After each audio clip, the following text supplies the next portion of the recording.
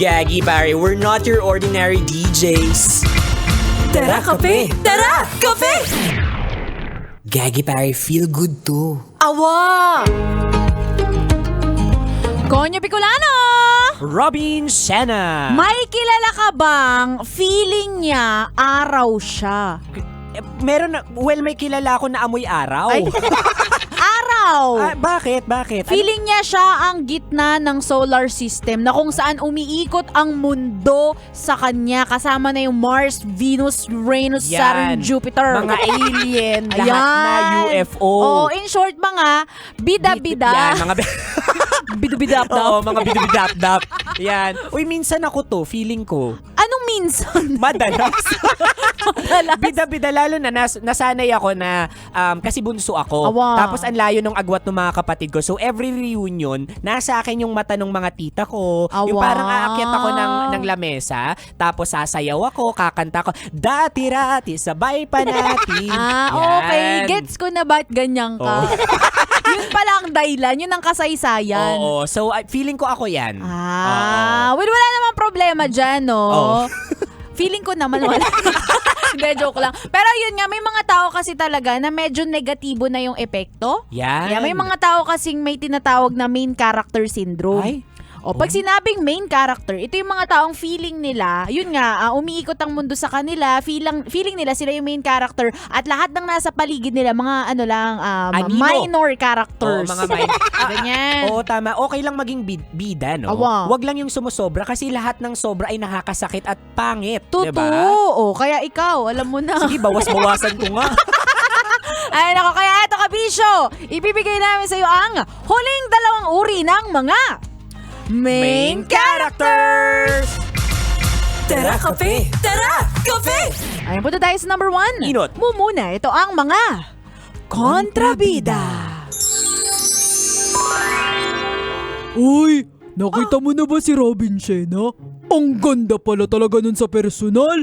Mas maganda siya in person kaysa sa nakikita mo sa Facebook at TikTok. Sus! Yung TikTokeres na na-nominate sa TikTok Awards? Ay, Sus! Nakita ko na yun in person. Hindi naman maganda. Tapos may pizza pa. ay, Ang kapal ng makeup. Tapos ang badoy-badoy manamit. ay, grabe ka naman, Jessa. Well, anyway, eto si Konyo Bicolano. Nakita ko rin yun. Ang aesthetic, tsaka yung buhok niya, pang model at pang TED Talk. Pang model! Ang baho-baho no. Nakita mo ba nung pumasok yun sa Love Radio nung bago? Oh. Parang kulang sa aruga yung buhok ni hindi nahanginan. Sakit pala gawin sa sarili nun. Bakit ba ang kontrabida mo, Jessa? Alam mo, hindi mo ikaaangat panlalait sa iba. Bakit ba? Ikaw kasi bidang-bida ka sa iba. Ako hindi mo binibida. Nasa harap mo na lang. Oo. Ha? Sinabi ko namang maganda ka. Kulang yon. Dapat magandang maganda. Ay.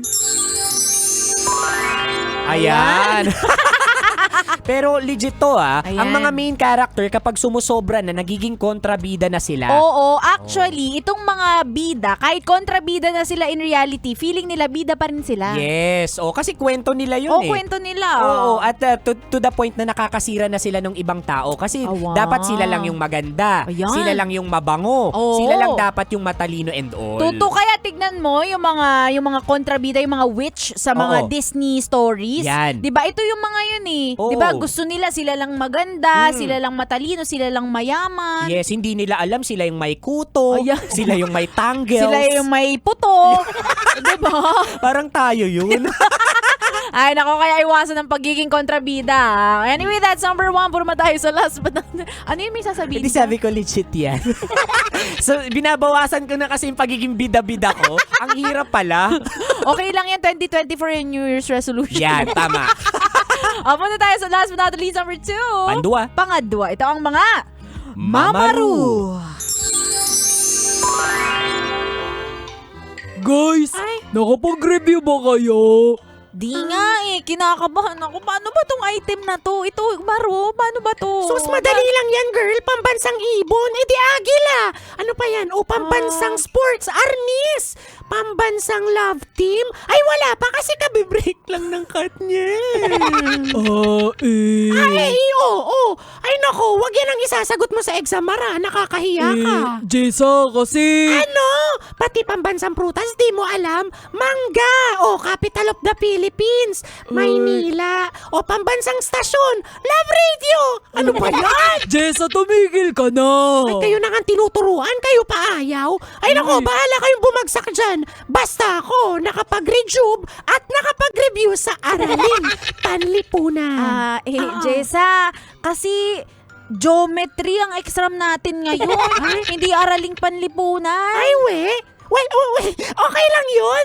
Kaya ng stock knowledge ko yan. True or false lang yan Ay, naku, Jessa. Ayan. Ang sabi ng snack na. Snack knowledge. Utak mo kinakain na. Utak mo, puro pagkain laman. Oo nga eh. Uy, pero legit to. Ito yung mga nagmamarunong. Awa. Mamaru. Sila yung laging may alam kuno. Diba? Totoo. Ang mga linyahan nito, kapag halimbawa nagkamali tayo, Robin Shena, ang mga linyahan yan na nga ba sinasabi ko sa'yo eh. Sinabi ko na sa'yo, hindi ka nakikinig eh. Diba? Ayan. O, feeling nila, sila lang yung tama at yung mga paraan lang nila yung the best. Yes. They tend to invalidate yung Awa. yung opinion ng iba. Kasi feeling nga nila sa kwento nila, sila yung bida. Totoo. Ay, naku, iwasan yung mga ganyan. Oo, ang sarap i-describe ng mga sarili natin. Kaya nga. Ay, naku, anyway, kabisyo ko di mo naabutan ang usapan namin ito at nakaka-relate ka dito kasi bida-bida ka din. Ayun. Ayan, shoutout ka namin. Hanapin mo kami sa aming mga social media accounts. Ako sa aking Facebook, Instagram, Twitter, TikTok at DJ Robin Shena. Same socials mga broskis at Konyo Bicolano. At maya-maya, abangan nila tayo, si Totoy Bato, Tanya Chinita at Angkol Dagol. Saan ba to? Sa Pitex! Lakwatsa for everyone! Yan, alas 4 yan mga kabisyo. Kita-kits ha? Kita-kits! O siya kabisyo, makakasama mo pa kami hanggang mamayang alas 3 ng hapon para bigyan pa kayo ng mga science tips at skits Sa buhay-buhay. Muli, this is your pinakamagandang probinsyana, DJ Robin Shena. Your Uragong broski na bida-bida like super legit and all Konyo Bicolano. Dito lang yan sa Tara! Kape. Tara Kape! Sa 90.7 Love Radio. Feel good. Ay gagi pare. Awa! Tara Kape! Tara Kape! Konyo Bicolano at Robin Shena! Sasakyan si